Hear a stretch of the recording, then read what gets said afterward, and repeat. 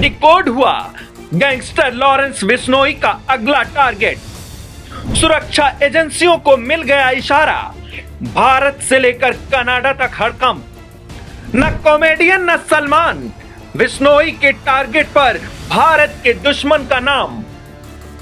Lawrence के नए इरादे की लग गई भनक, फूल गए सुरक्षा एजेंसियों के हाथ पांव।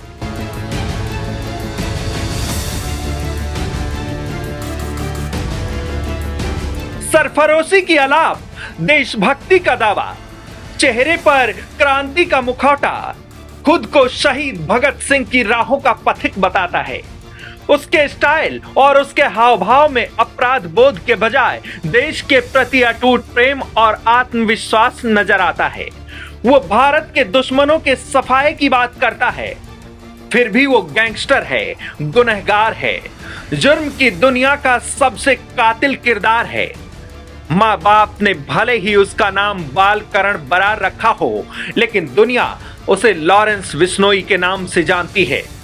देश प्रेम का चोला ओढ़कर दुर्दांत राहों पर रफ्तार भरता लॉरेंस दुश्मनों के सफाये की बात करता है। दुनिया के कई देशों में उसके अपराध का नेटवर्क फैला है। विदेशों में बैठे भारत के दुश्मन उसके नाम से थर्राते हैं। शायद इसीलिए अपराध और आतंक की दुनिया का बड़ा क्राइम किरदार होने के बावजूद भी भारत में उसके आलोचकों से ज्यादा उसे चाहने वाले हैं। मुंबई में बाबा सिद्दीकी की हत्या के बाद लॉरेंस गैंग एक बार फिर से चर्चा में है। सलमान खान के करीबी माने जाने वाले बाबा सिद्दीकी की हत्या के बाद एक बार फिर से सवाल गूंज रहे हैं कि आखिर उसका अगला निशाना कौन होगा। दुनिया जानती है लॉरेंस गैंग लगातार बॉलीवुड स्टार सलमान खान को धमकियां दे रहा है। देश भर की नजरें सलमान खान और लॉरेंस गैंग की अदावत पर टिकी हैं। लेकिन अब सुरक्षा एजेंसियों को लॉरेंस गैंग के इरादों से जुड़े जो सुराग मिले हैं, उससे न सिर्फ भारत बल्कि कनाडा सहित कई देशों में सुरक्षा एजेंसियों के हाथ पांव फूल गए हैं। ऐसा इसलिए क्योंकि सुरक्षा एजेंसियों को लॉरेंस गैंग के पैटर्न का पता चल गया है। उसके इरादे डिकोड हो गए हैं। अब सुरक्षा एजेंसियों को भनक लग गई है कि आखिर उसका अगला निशाना कौन होगा। इसका पैटर्न समझने के लिए हमें कैलेंडर को एक साल पीछे पलटना होगा और भारत से कई किलोमीटर दूर कनाडा चलना पड़ेगा। 18 जून 2023 को कनाडा के वैंकूवर में एक गुरुद्वारे के बाहर खालिस्तानी आतंकी हरदीप सिंह निज्जर की अज्ञात बदमाशों ने गोली मारकर हत्या कर दी। इस हत्याकांड के पीछे माना जा रहा है कि लॉरेंस गैंग का हाथ है। निज्जर के मारे जाने के चलते ही भारत और कनाडा के बीच रिश्तों में खटास आई। लेकिन निज्जर के मारे जाने के बाद से अब तक 6 खालिस्तानी कनाडा में अलग अलग जगहों पर मारे जा चुके हैं। निज्जर की हत्या में भी लॉरेंस गैंग की संदिग्ध भूमिका मानी जा रही थी।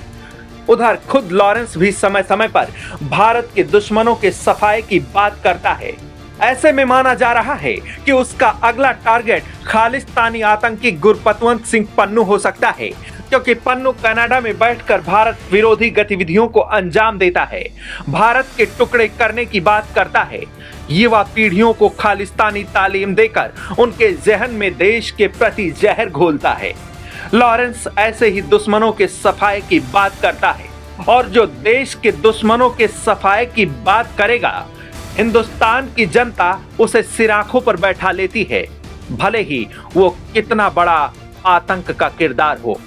अब भले ही लॉरेंस की राहें जुर्म और अपराध की काली दुनिया से होकर गुजरती हैं, भले ही सभ्य समाज ऐसी कातिल राहों का समर्थन न करता हो, बावजूद इसके भारत सहित दुनिया के कई देशों में उसके हीरो और हत्यारा होने पर चर्चा करते हैं। कुछ लोग तो यह भी कह रहे हैं कि जांच एजेंसियों की नजरों को चकमा देने के लिए वो अलग अलग लोगों को धमकाता रहता है। उसका गैंग खुलेआम हत्या की जिम्मेदारियां लेता है, लेकिन उसके इरादे इससे भी कहीं अधिक बड़े हैं। इसीलिए एजेंसियों के कान चौकन्ने हैं और भारत से लेकर कनाडा तक भगदड़ मची है। हालांकि लॉरेंस हीरो है या समाज का विलेन, इसका फैसला आप खुद कीजिए और कमेंट सेक्शन में हमें जरूर बताइए। डेस्क रिपोर्ट, आज की खबर।